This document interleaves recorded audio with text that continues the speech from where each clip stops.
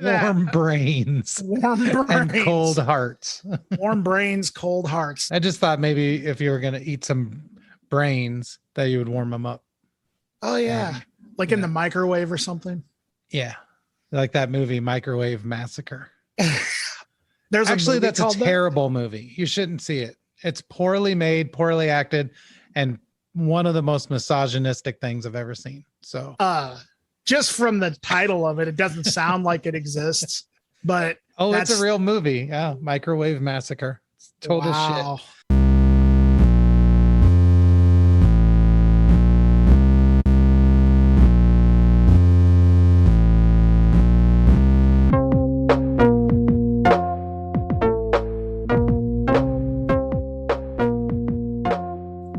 Citizens of Earth, welcome to the Accelerativ Thrust podcast. I'm Dan. And I'm Eric.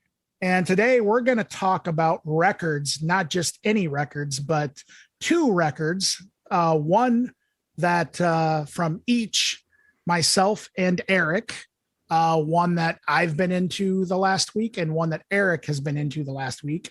We're also going to be reviewing not one, not two, but three releases from local record label POKEY'S Records. They're all short and sweet. I promise you that. Also, just a reminder, if you have any suggestions on any records for us to review, guests to have on, or if you're in a local band and you have any shows coming up, feel free to contact us on Instagram or Facebook. We have official pages on both platforms, message or comment. Also, just a reminder, this podcast is available on Transistor, Spotify, and Content Made Right, and currently also on Google and Amazon. So if you search for us on any of those platforms, you may find us to listen to us. So let's go ahead and get to some current events. What do you think, Eric? Okay, hit me.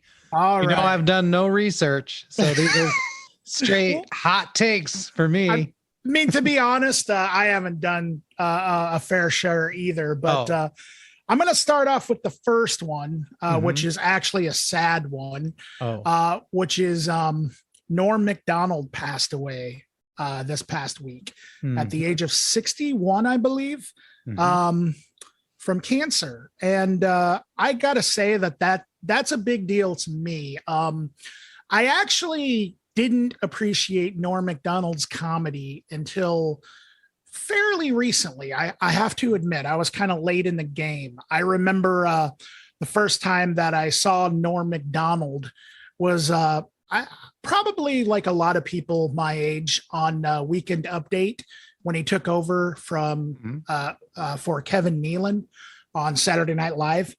And I, at that time, that style of comedy was just going over my head. But I started to appreciate him more and more. What really got me was the roast of Bob Saget on Comedy Central, where he came out and he did these purposely bad jokes that, he knew were going to bomb. And then he still insisted on getting, like, every time he told a bad joke, everybody in the audience and everybody who was sitting in the roast chairs, like Gilbert Gottfried and I don't remember who else was there, they were just kind of like staring at him like, am I supposed to laugh or not? And he was just completely committed to each joke. And I thought it was hilarious. Eric, what is your history with Norm Macdonald? Are you a big Norm Macdonald fan? I'm a pretty big Norm Macdonald fan. Actually, Dirty Work is one of my favorite movies. I wish that maybe it would have been more well received and viewed. I think that it's a movie that a lot of people didn't think was very good, but I absolutely love it. Like, I don't know, there's so many quotes that I say all the time just in my real life, like, hello, real cops. Very funny. In the movie, it's very funny. Me saying it isn't that funny, but I love that movie. I love his delivery. I actually got to see him here at the Riverside Casino a few years back, and he sort of did an entire set of that sort of extremely clean humor. I think he said a lot of them came from like a joke book that either he found or inherited from, you know, a long time ago. And so the jokes were super not funny.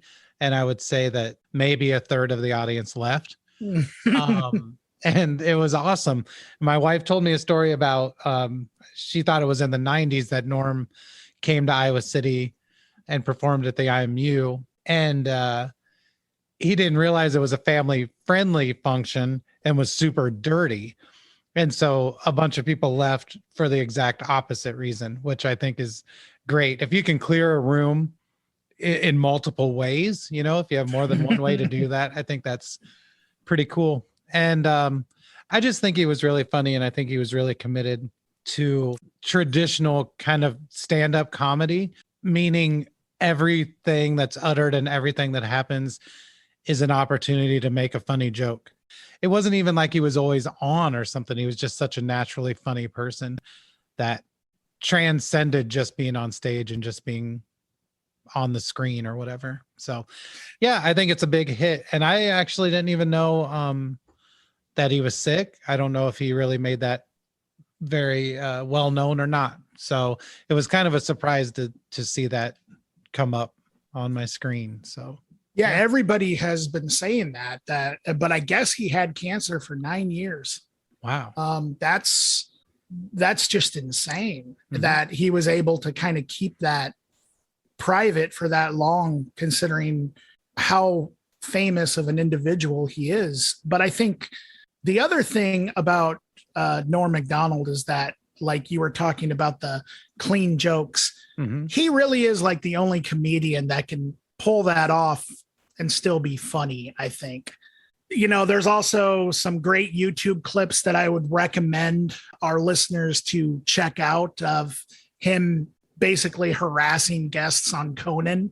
He was like a favorite guest on Conan. Yeah. And it really shocked me when I found out that he passed away. And celebrity deaths, I tend to kind of just react to, okay, well, they're gone. And this one, I've really been thinking about how much I really enjoyed Norm Macdonald. Watching his routines, it felt like hanging out with an old friend or something, you know? Yeah. And he just kind of seemed to portray that sort of a feeling. So rest in peace, Norm Macdonald. And then this also is not really a laughing matter at all. Faith No More and Mr. Bungle pulled out of not only the Riot Fest dates that they were supposed to play, but also all of their tour dates that they had scheduled in the future. From my understanding, Mike Patton, well, it wasn't Mike Patton. I don't remember who actually released the official statement. This pandemic caused a lot of negative effects on Mike's mental health, so that he had to take a step back. And you know, that it brings up a really interesting point. And we've talked about this a little about, shows coming back and how that ways to approach that, and how this is all very real, and that, you know, it really does have an effect on, you know, in different ways with different people, but it really can have an effect on people mentally. And so I wish well for Mike Patton. Yeah, it's too bad that he's going through that, but I think it's a good thing to take care of yourself and be confident in taking steps to do that, you know? Yeah. Because those are big shows. There's a lot of people involved. I mean, I'm sure that it's not something that was taken lightly, you know, from the other band members to the crew, to the venues, to the fans. I mean, that's a lot of people that you would probably feel like you're letting down in a certain way, but it's way more important to survive this than to feel like you have to make anyone else happy. So yeah, absolutely. It just goes to show too that celebrities, or, you know, if you want to call Mike Patton a celebrity, I think to us and our listeners, it's probably a pretty big deal. To us, I mean, he's definitely a famous musician, that's for sure. It affects them too, It's not just us. It's not just, the people who are working day to day 9 to 5 jobs. It's also like celebrities. Everyone gets affected. At the end of the day, we all get affected differently, but we're all human too. So, oh yeah. Okay. And then the last bit of current events here that I just think is the weirdest stuff. And I'm into weird news. Scientists at the University of Manchester have now developed a way to potentially overcome the problem of transporting a single brick to Mars costing more than £1 million British pounds. Wow. And that is by creating a concrete-like material made of extraterrestrial dust, along with the blood, sweat, and tears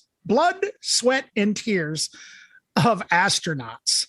A protein from human blood combined with urine, sweat, and tears could glue together simulated moon or Mars soil to produce a material stronger than ordinary concrete, perfectly suited for construction work in extraterrestrial environments. Wow. Meaning that they're talking about setting up affordable housing in outer space. Wow. That's pretty interesting. It's very interesting. So the astronauts don't have to build the things too, right? Like if they're basically sucking all of the juice out of the astronauts, they're not going to have much energy to build houses.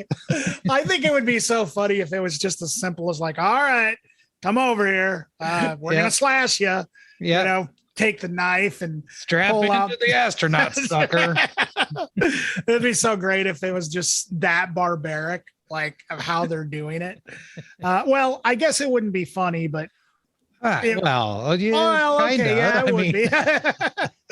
So this is hypothetical. We can make fun of it as much as we want, right? So I didn't even. That's true. So this is in the article. It says that means that future Martian colonists cannot bring their building materials with. I love the way that they just were like Martian colonists. So Martians can't bring sorry, you guys can't bring your own materials with you. Well, but everything's made out of human excrement, for the lack of a better term, right? Yeah. Waste. Yeah. So you can't bring your own blood in your body. Yeah, exactly. Like that feels like a ripoff to me. You can only bring 3 ounces of tears on the flight there. Okay. TSA. So this is interesting. So they demonstrated that the common protein from blood plasma, which is human serum albumin. I know Sarah Albumin. I think she went to high school with me. So now they're just speaking in last name code. Yeah. It could act as a binder. I said that. Like a trapper keeper? It's just completely like blows my dude. That's what they're really doing is they're fucking making trapper keepers and they're bringing them back. Only at $2 million a pop. And to sell them, they're saying that they're made from they're making them from human blood, urine, and sweat and tears, and they're from space. I mean, who wouldn't want a trapper keeper at that point? I mean, I already thought that's how trapper keepers were made. So I can't wait to live in an astronaut blood building on Mars. Astronaut blood building. I didn't even know that was going to be a possibility in my life. I wonder if it's like the concrete's going to like look like blood, like if it's still going to have like blood stains. Oh, the like picture I'm looking at just, kind of looks, not to be gross, it kind of looks like a turd. It does, yeah. Yeah. Yeah. I'm looking at it right now, actually. But it does kind of have a rusty blood color to it, too. But just the fact that this show just became obscene, by the way. Just did? Yeah. I thought that was a while back. It's so crazy that. Well, here's my issue with the whole thing. That reality is even happening. Why don't we just do this here? Yeah, that's a good point. That's like everyone's really good point. Whizzing and crying and bleeding all the time. Like, why don't we just turn it into buildings for people that don't have anywhere to live? Like, not to be all America first or whatever, but like, let's build some houses here before we build them on Mars. But in that situation, America first is totally justified, I think. Yeah. Well, I mean, it's all the way to space now. Yeah. It's like, so well, yeah, Earth first. Let's say Earth first. Yeah. Earth first. Yeah, there we go. Earth first.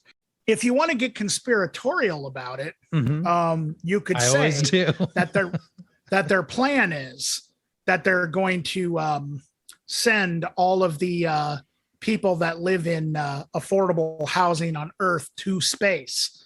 And so Earth will just be occupied by rich people, and then space will be for the poor people. Could you imagine that? Wow. Well, we don't really have a middle class anymore, at least in America. So yeah, it's going to be much more populated on Mars than it is Earth. Oh, right? Yeah. So it'll be a planet of blood. I mean, because it's red. Yeah. Why wouldn't they? That's why it's the red planet of blood. Oh my God. That's why it's the red planet. Yes. Shit, so why wouldn't they choose the planet? Why wouldn't they choose the planet of blood for the poor people? The planet of blood. The planet of blood, dude. I love it. I know that's what it is. Planet of blood. That would now be we're into some John Carpenter territory. Yeah, this is getting really, really good. And the fact that the buildings are made of human blood, we're almost in Cronenberg territory. So sweet. So yeah, this movie is going to be really good. Yeah, I can't wait to see it. So, I mean, I'd rather see it as a movie than reality, probably. Yeah. It's so honestly weird. The idea of shipping poor people off to space just has this, I don't know, slightly elitist feel to it. Like it feels just a little classist. You know, yeah, we would just a little, just a little. But anyway, from all of that, that will be the final nail in the coffin of the elite and the poor, because then each section of the human race by class will have their own planet. It sounds joyful in a way. But here's the thing. But then, how will the rich exploit the poor if they're on another planet? Who's going to work for them? Maybe they'll find a way to like spy on them through their blood or something. I don't know. Wow. See, I don't know. I mean, who knows? I mean, you get, I mean, to really think about like things like that, you do have to just go there. You do have to just be like, okay, I'm going to really put on the tinfoil hat. You know what I mean? Well, like, I mean, here's the thing though, is it's just going to be robots, right? The answer is always going to be robots. Well, that's the answer to everything. Yeah. How are you going to pull that off? Fucking robots. I mean, that's the only robots. Dude, if any, like the Secretary of Defense answered any question that way, whatever administration that they're working for, whatever, has my support. If they answer fucking robots to any question, it doesn't even matter. It's like, okay, so how are we going to distribute enough money to the poor? Fucking robots. Well, I don't know. How are we going to clean up all these blood bricks everywhere? Fucking robots. Blood dude, putting blood in front of any sort of physical thing, it just sounds great, doesn't it? Blood robots. Yeah, you're right. It works. Let's go on to review our blood records. What do you think? Sure. Yeah. All right. So, ladies and gentlemen, we kind of changed up a little bit. This is going to kind of be the new format, if you will. But just to explain, to give you some context, from now on, Eric and I are only going to review one record a piece every week. And then we're going to talk more about the local scene and the local releases that we review and stuff like that. The one record, of course, is just going to be a random record that we each have been digging. So it's basically going to be the same thing we've been doing. Just, you know, we're only going to do one record instead of the two that we have been doing a piece. So I am going first this week. And the one record that I have been digging and am still digging because I've listened to it several times at this point, is from a group called Sweeping Promises, and the name of the record is Hunger for a Way Out.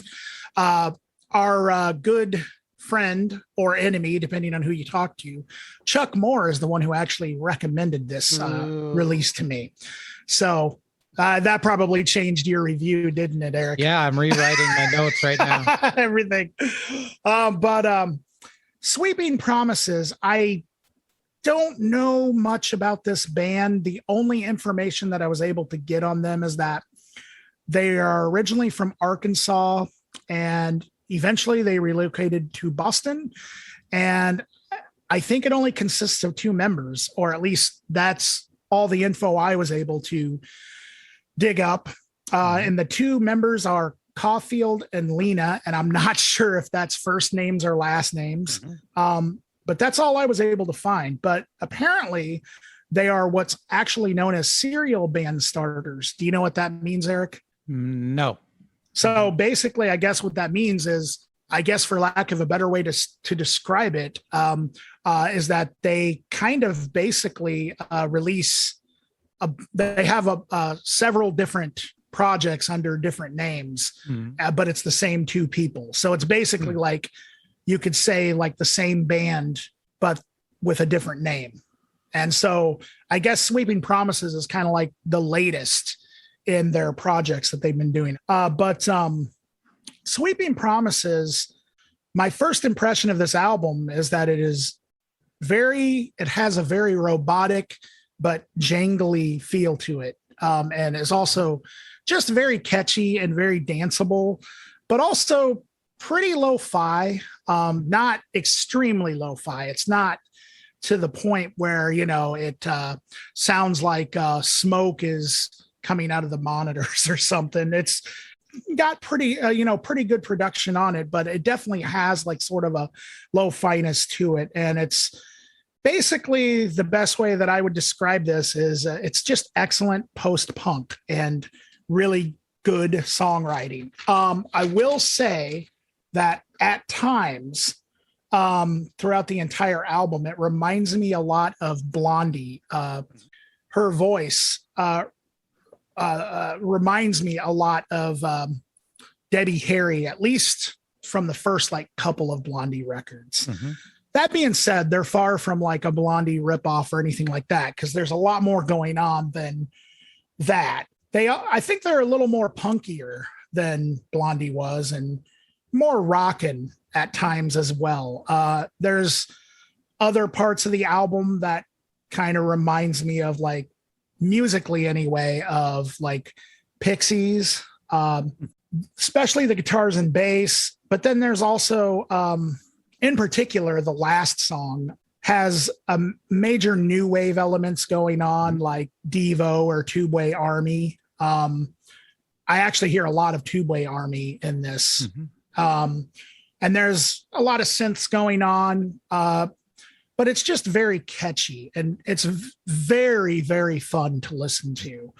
I guess another group that this sort of reminds me of is the Sounds. I don't know if everybody out there remembers that long lost band, but even like stuff like, I don't know, like sometimes her voice, I know that I just said it reminds me of Debbie Harry, but also there's times where it reminds me of like maybe Pat Benatar a little bit or something like that.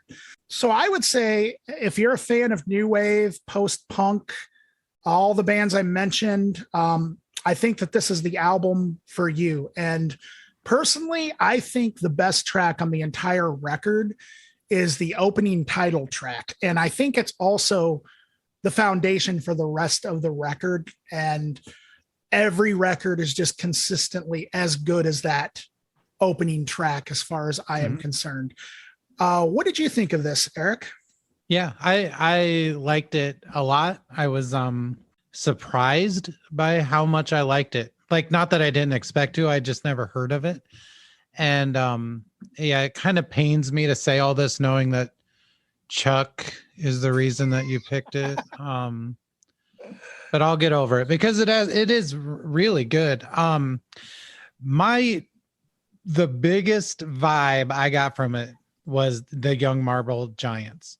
I mean, it just, a lot of it sounds like Young Marble Giants, like how the bass is really, and I mean the electric bass, not the frequencies. I'm making that distinction because my next pick, we're going to talk about bass in a different way. Right. But the electric bass pretty much carries all the songs. This is all very bass forward, and that's exactly how Young Marble Giants is. Like, it's the bass, and then you have other things on top of it. And I get that same feeling from this. But not only that, I get a big old Devo feel out of this whole thing too. And I don't mean just it sounds like new wave, and Devo is shorthand for new wave. I mean, the arrangements are Devo-esque. There's surfy guitars. There's tons of ring modulator on the guitars and the synths. Like the song Mongoloid or Mechanical Man, some of those early Devo tracks. I mean, the sounds are right there. So this just, for the most part, comes off feeling like if you mixed early Devo with Young Marble Giants, which anyone that knows me knows that recipe couldn't be better. Honestly, that's like right. the two best things that could ever go together. As far as just how things are put together, like I said, I love the arrangements. I love the synths for what they are. Sometimes they sound like organs, and sometimes they sound like big fat 80s synths, but sometimes they're a little more ethereal and pretty at times. But this is very angular stuff at the end of the day. The vocals are really nice, and I think I had Debbie Harry kind of as the middle ground, but definitely Allison Staton from Young Marble Giants definitely in there. And then when it gets a little weird and a little of that super high pitched stuff, it sounds a lot like Dale Bozzio from Missing Persons. And so you get a lot of different vocal styles out of this one singer, and they're all really good, and they match the music really well. But yeah, I really loved it. And I would say that, yeah, like Dan said, if you like the stuff we mentioned, there's not, I don't want to say this in a way that sounds negative. There's not a lot hidden here. This is all pretty surface. And sometimes that's exactly what needs to happen, because it makes it fun and it makes it interesting and it makes it on purpose. There's really not a lot of screwing around here. Yeah. It's just good songs presented well. The lo-fi element of it, I really dig it. It sounds like they mic'd a room. And I think that is important, because in a world where everyone just plugs straight into their interface, you miss that ambient room sound. And this definitely has it. Everything's bleeding into everything else. And it sounds perfect. Yeah, I really enjoyed it. So, yeah. Well, I'm glad you liked it, Eric. My takeaway from your review, I need to listen to more Young Marble Giants. Yeah, I would say so. And then also, I think you are totally dead on about they are a band or a project. I'm not sure if this is a band that they're going to continue doing, or, what the plans are for Sweeping Promises in the future. But this project anyway, I think that they wear their influences on their sleeve, and they don't make any, there's no secrets. You're exactly right. It's just, basically what you see is what you get with Sweeping Promises. Yeah, for sure. All right. Yeah. So my pick this week is by The Bug. And if you've been listening to our podcast for a while, there was a time period where I think The Bug got mentioned every single episode for like 4 or 5 episodes in a row. So much so that I had to stop mentioning The Bug on purpose. Yeah. I had to make a concerted effort to stop mentioning The Bug.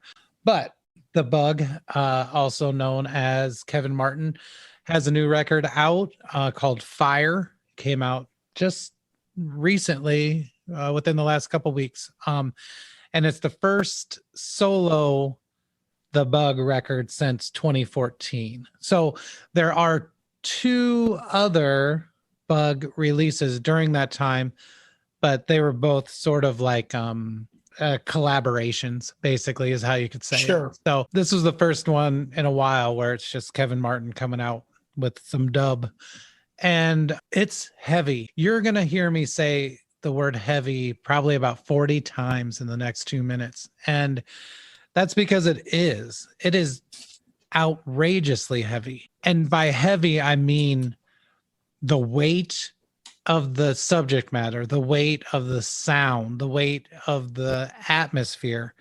It's all just very intense. But first, I'll start with the heaviness of the bass.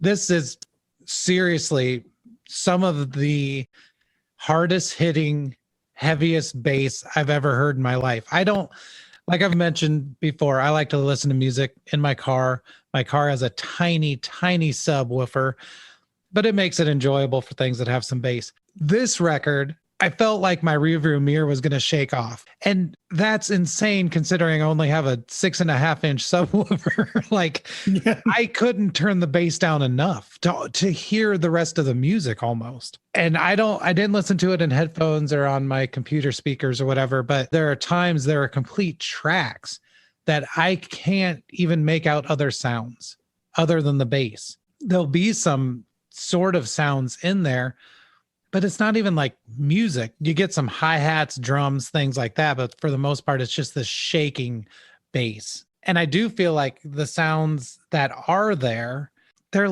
there to disorient you. They're there to make you feel ill at ease. Like, I don't want to say that they sound like alarms.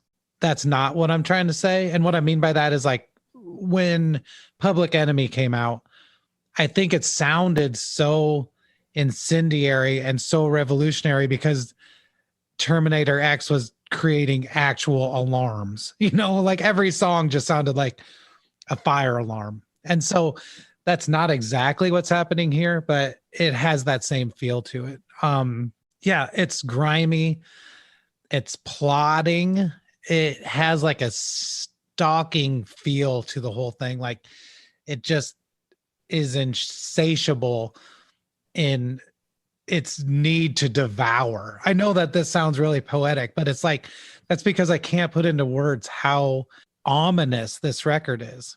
And it does have sort of verging on a cheesy sort of post-apocalyptic storyline. I don't know if that goes through the whole thing, but the first and last track sort of bookend this Blade Runner vaccine sort of Black Mirror thing. I don't know exactly. Mm-hmm. It is sort of cheesy, but it adds to the ominous element of the whole thing. All the guest vocals are sick. You have tons of people on here that are just awesome. And a lot of them I've never heard of. Some of them I have, like More Mothers on there, but they're all super great. I would say that without the guest vocals on these tracks, this would actually be a pretty hard record to listen to because it would just be vibrating bass. And so, right. But yeah, I can't really say enough about it. I think it is amazing. I think it's probably the grooviest, heaviest dub I've heard up to this point. And I think it's gonna push the genre in as far as grime goes anyway. And I also think it's cool because right now the Bug is getting a lot of attention for this record. And sometimes that happens. Like, usually someone that's been around for a while, the media at large starts to get hint of them when they start to make things that are a little more palatable. But I think that this is becoming popular and it's mentioned by a lot of people, a lot of podcasts, magazines, reviews, and it's the heaviest thing that he's done. So I think that is pretty sweet because I think most of the reviews have been really positive. So yeah, sorry to go off a little bit too much on that, but I have honestly been waiting for this record for like 6 years. So anyway, what do you think, Dan? Yeah. No problem. Go off as much as you want about it. Everything you said is true. I mean, it's a very chaotic production. Like you said, the album seems to touch on themes. Definitely it touches on, the pandemic. I don't know if he's directly, whoever the guest vocalist is that starts off the album. I'm not sure if they're touching on this pandemic specifically, but certainly sounds like it. Cause like you said, there's sort of like it seems to be kind of like like you said, a Blade Runner. It seems to kind of convey images of like a world in the future where everything is just basically humanity as we know it has disappeared. Yeah. And there's definitely some stuff about climate change and just overall apocalyptic, bleak subjects. But yeah, the production is just very, very dark and yes, heavy, electronic, noisy sounds. I think that it does sound like sirens a lot. Yeah. It does sound like warning sirens. And it does sound like, I mean, just on the track Clash, which has this guest MC Logan Olm. Mm-hmm. I don't know if I'm saying that. I mean, I'm assuming that's right, but I don't know for sure. It literally sounds like the bass or whatever sound he's making with whatever instrument or whatever plugin he's using or whatever it is. I don't even know what he's using. It sounds literally like a bomb going off. Yeah. It's insane. And the MCs are all great, man. They work perfectly with the doomy production. And I don't mean doomy in like the doom metal sense. It just, I mean, the record really sounds like doom. It sounds like we're doomed. I mean, it's just very heavy and it's a healthy mixture of like noise, drone, dub. There are times where it does, as you mentioned, remind me a little bit of like the Bomb Squad production, like you mentioned, Eric, or even like LP's production or Octopus from Dalek.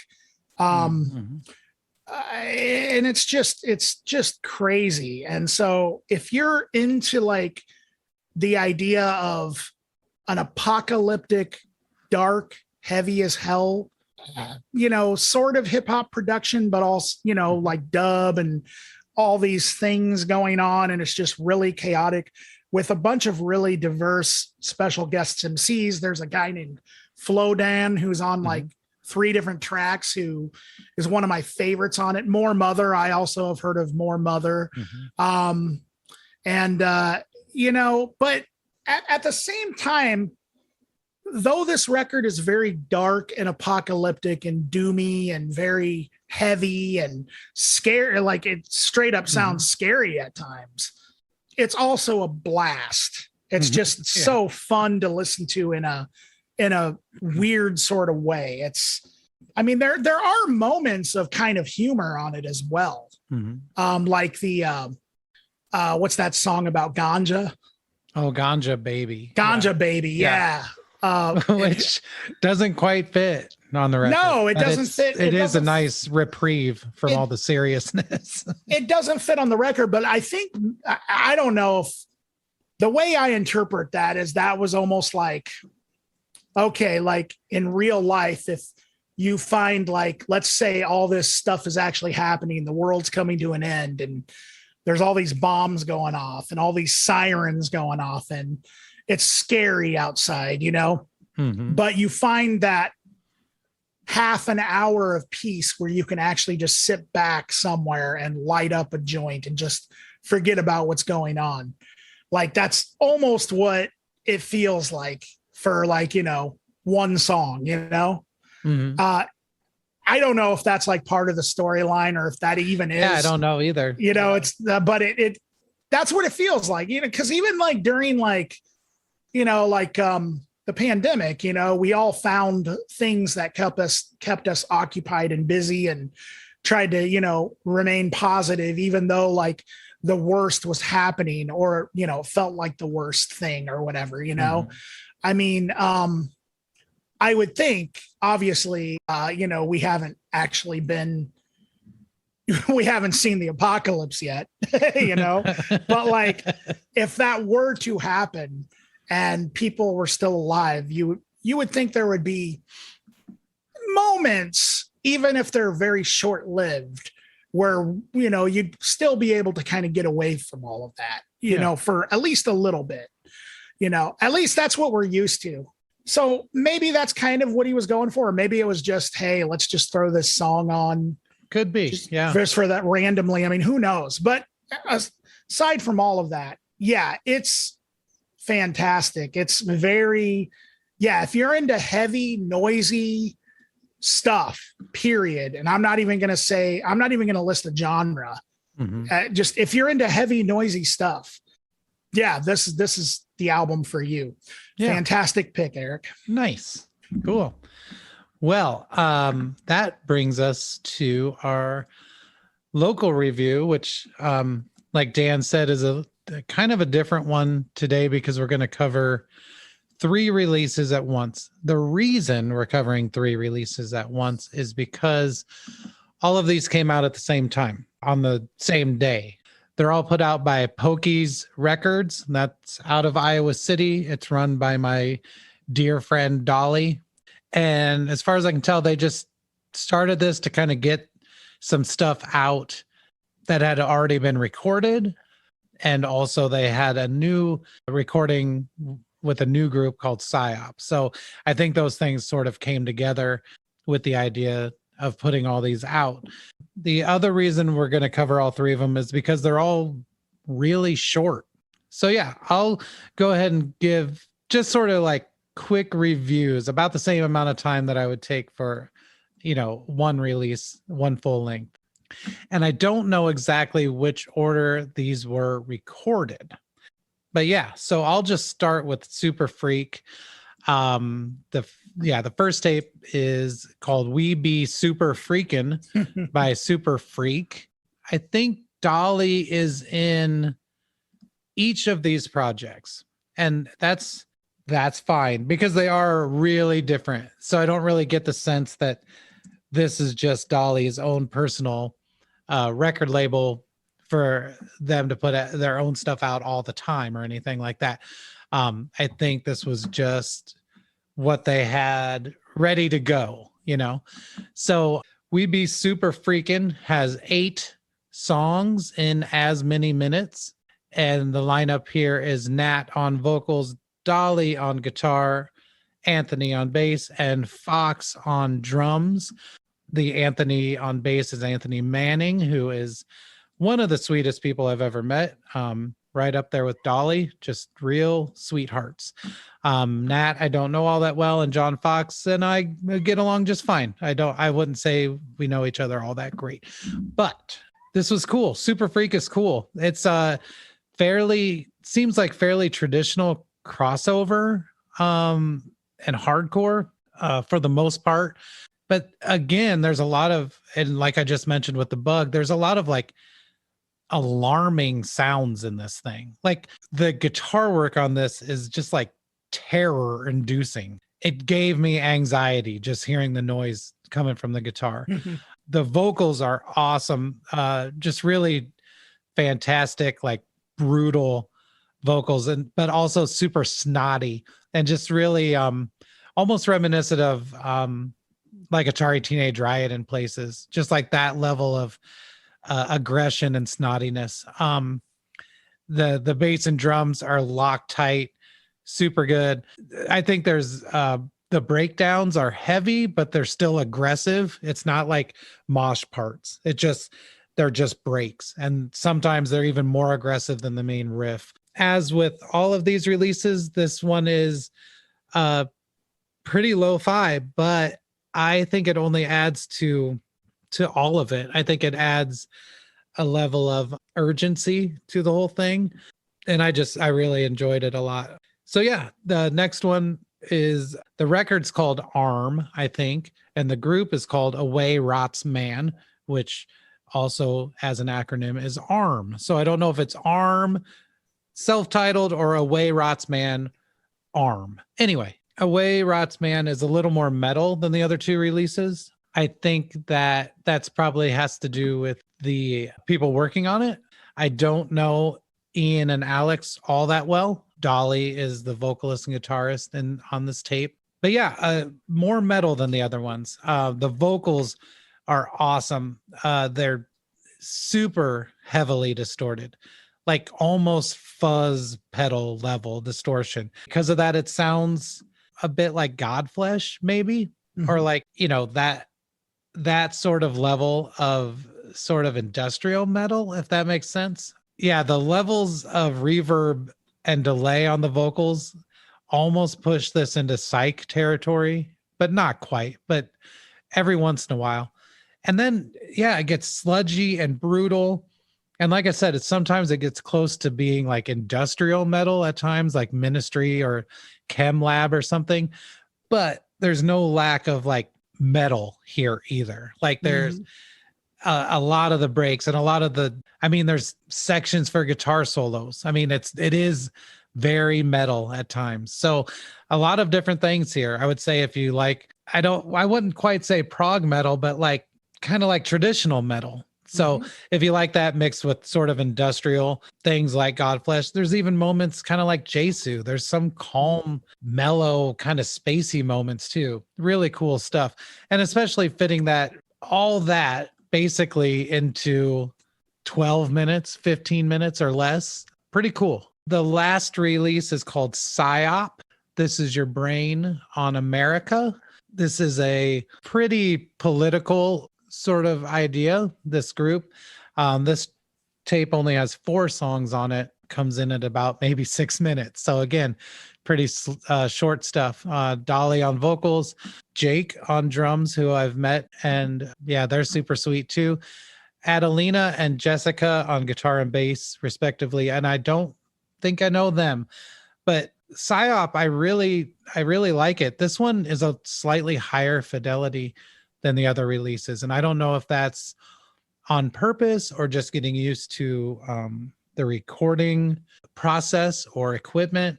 I don't know. It still is super punk and super noisy, but it just has a little bit higher fidelity. Of the 3, this is the closest one to like classic hardcore, I think. Kind of think like Ill Repute, Negative Approach, just things like that. Just kind of classic hardcore. The performances in general are awesome. That it's super tight, but also kind of on the edge of being out of control. And that doesn't, I'm not saying that in a way that it should sound like I'm saying they're playing loosely. It's more just like they're playing with full on commitment and aggression, and you can hear it. It does have a sense of urgency and anger that comes right off the tape. I mean, you can just feel it. And I definitely love the long outro on the song Secretary of Defense. If PSYOP continues to do things, maybe that's sort of a hint of things they'll explore too. So altogether, I think this is a super strong showing from POKEY'S Records to release all these at once. Let your mission statement speak for itself. Let it be known, and just let people know that this is the sort of thing that's going to be coming out. And I hope that more groups will get picked up by them and put out. And yeah, congrats to Dolly on putting all this together. I think it's amazing. So what do you think, Dan? Yeah. First and foremost, I just got to say that I thoroughly enjoyed, like had a blast listening to all 3 of these releases. Mm-hmm. So the first one that I'm going to review them in the order that I listened to them. Okay. So the first one, and this is also the order that they're listed on the Bandcamp page as well. Okay. So the first one is Away Rots Man, Arm. Yeah, this is just very well executed, noisy, thrashy, punky metal. It reminds me in parts of like Anthrax at times, like the guitar work at times, but I definitely see the industrial element that you're speaking of. There's definitely like parts where I hear like Godflesh and I hear, groups like that. But then there's also some slowed down sludgy parts that put me in mind of Melvins, or even like when Napalm Death kind of got away from grindcore for a little bit, like in the 90s and stuff like that. But I mean, it's awesomely well executed lo-fi metal. Like, definitely, I agree with you. It's definitely the most metal of the 3 releases. That being said, though, there were times where the vocals, this might sound kind of weird, reminded me of like David Yao playing over like sure. a metal band. And I love that. Yeah. I also hear some like noisy stuff, like Unsane at times, or even kind of like a helmet thing. I don't think some of this stuff would sound out of place on like Amphetamine Reptile, you know? Yeah. Early Today is the Day or something like that as well. But yeah, I definitely agree with everything you said about it. I think this is fantastic. And I think that the lo-fi-ness of it just adds to it. Yeah. It's fantastic. I think it's exactly the way that it should be.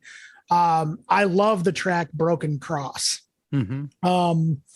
Then the next one is PSYOP. This is Your Brain on America. And as you said, Eric, I don't really have too much to add because I agree with everything you said. I think that this is definitely the most non-lo-fi of the recordings. I also think it's really, really tight, great distorted bass, great tempo, and just straight up hardcore punk. This reminds me a lot of the Faith Void split that we reviewed. Oh yeah. On the earlier episode, and just really great stuff. And you mentioned Secretary of State, my favorite track hands down, and it's because of what you mentioned. It was just a really, really, really great release. Nice. And then the last one, Super Freak. We be super freaking. I mean, out of all of them, the titles are all great. But I mean, this is, my favorite title out of all of them. But also, This Is Your Brain on America is pretty tight. And I do like the name PSYOP as a Way Rots man as well. Yeah, this is some more straight up hardcore punk, really fast, really short songs, really tight. I would say that this is a little bit weirder than PSYOP. And I think for exactly those reasons you mentioned, Eric, there's some really awesome, gnarly sci-fi psychedelic noises that makes it almost border on psychedelic punk, but it doesn't quite get there. It's the vocals on this, I love. This is just, as you said, this is just a great first impression of POKEY'S records. It gets me excited to hear things from the future. But I'm always excited to go to the future. And then, as long as I can come back to the present, I'm good. As long as I don't have to live in a blood building. Exactly. I don't know. I'm starting to think more about that blood building thing. Yeah. And, it might be more appealing than I initially thought. I think if we can do it here on the earth, I think it would be a useful thing to pursue. Yeah. So, yeah, that's what you need to write your senators and your congressmen about. Bring more blood buildings back to earth. Damn it. Build them here. We got plenty of human blood here. Why don't we just do it here? Build the blood wall. Oh my God. So I heard that there are these things called shows and that they still exist. I don't know. Yeah, kind of. Yeah. Maybe. Yeah. So, shows. So this is a new thing we're going to try. And I wish we had a more active week to start this on, but that's okay. So we're just going to talk about some stuff that you could go see in the Iowa area this weekend, pretty much anytime before next Thursday when we tell you all about all the new stuff you can see after that. But for this week, there's a couple things happening. A group called Thigh Master, who looks to be maybe like a jazzercise pop. I would assume maybe synth pop. I don't know. What a great band name too. Yeah, they had a lot of neon on. It looked really fun. The opener for that show is Sunshine, whom I also don't know, unfortunately. Sunshine, I can actually add some insight into that. Cool. Sunshine is one of the many projects that features Jeremy Anderson from Condor and Jaybird. Oh. And also, I believe, and I could be wrong about this, because I don't know if you've noticed, but I always preface a lot of things that I say, particularly on this podcast, with that. I could be wrong about this. But I do think that Bryson, the drummer of Condor and Jaybird, is in that as well. Awesome. Well, he was cool. When I saw them last, but then I saw them another time, I think with a different drummer. So Sunshine featuring mystery members. Mystery members that are most likely in Condor and Jay Birdall's. Yeah. But that's happening Friday, the 24th at Roz Talks in Rock Island. And as far as like what time things start and how much they cost and what their requirements for masks and vaxes and stuff like that, I don't know. You guys can look at their websites and stuff to find all that out. Otherwise, this would take all day. So we're just gonna give you the outline of what's happening. So Thighmaster, Sunshine, Friday night, Roz Talks. Also that night, Thelma and the Sleaze and Liam Kazar, but then Karen Meat, who I just recently had the pleasure of seeing them at Gray Area. And that will be Friday night again, the 24th at the Gas Lamp in Des Moines.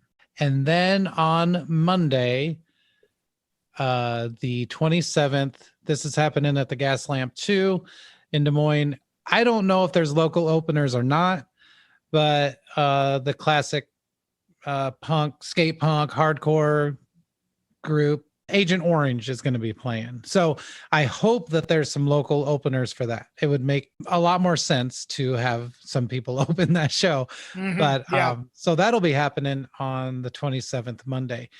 And that's all I was really able to find. And I did ask the internet for suggestions about shows coming up, and didn't receive a ton of responses, at least for this week. So there are a lot of things coming up next week. So you probably should tune in to find out about all those things. And there's also next week on this show, we're going to be interviewing Cal and Claire from the band Dryad. Oh my God. I know. And also that's going to be super exciting. I think so. Claire does some cool solo stuff. Cal also does Grim Tooth's underground metal tape distribution. So that's okay, gotcha. Super cool too. And so we're going to talk to them about all those things, and that should be pretty fun. That is going to be a blast. Yeah, I think so. Will be. I'm not sure if I've met any of the other members of Dryad, but I did talk to Claire a couple of times, and Claire is a wonderful human being. From the 2 impressions, 2 or 3, maybe 5, maybe 10, maybe only 1. I don't remember how many times. Maybe that's the first question I'll ask her. How many times have I actually talked to you? Yeah. How many times have we met, Claire? You don't take any personal responsibility. I will tell personal accounting in your life. Well, do I ever? Yeah. I mean, that's no fun. Yeah, no, Dryad is something to be witnessed live too. Oh yeah. That was I remember that was a really, really good set that I thoroughly enjoyed. So I'll be looking forward to chatting with them next week. Yeah, for sure. Well, so reach out to us. Let us know. Like Dan said, if there's anything you want us to review, talk about, if you have shows coming up, releases coming up, you want to be interviewed, whatever, let us know. Or you can think of someone we should interview, an Iowa artist, musician, whatever. Also, if you have any bad albums you would like us to read, or albums you think that we would dislike, let us know. We kind of had this idea that we kind of wanted to actually like purposely review albums. I think we both kind of decided this would be kind of fun. Albums that we think that we're going to dislike, and see if we actually dislike them. Right. I think we should call that the mutual assured destruction episode. Yeah, like I might be getting bombed, but you're getting blown up too. Yeah, that is great. Yeah, I'm gonna take you all with me. Yeah. So if I don't, oh man, that's gonna be hard. I usually try to stay so positive, but if you can think of something you really think we'll hate, let us know. Yeah. ladies and gentlemen, it has been real, and thank you for listening. It has been a week. Yeah, and if you want to hurry up the construction, the construction's the right word, of those blood buildings on Earth. Oh yeah, write your senators. Actually, you could probably just send them a vial of blood and say, please add this to the collection for the bricks. Just write that. Just write that. Nothing else. All right, folks. So we're done being professional for the week. Okay. You guys it took a lot out of us to be so professional. It really did. It really did. All right. Have a good week. Bye, y'all.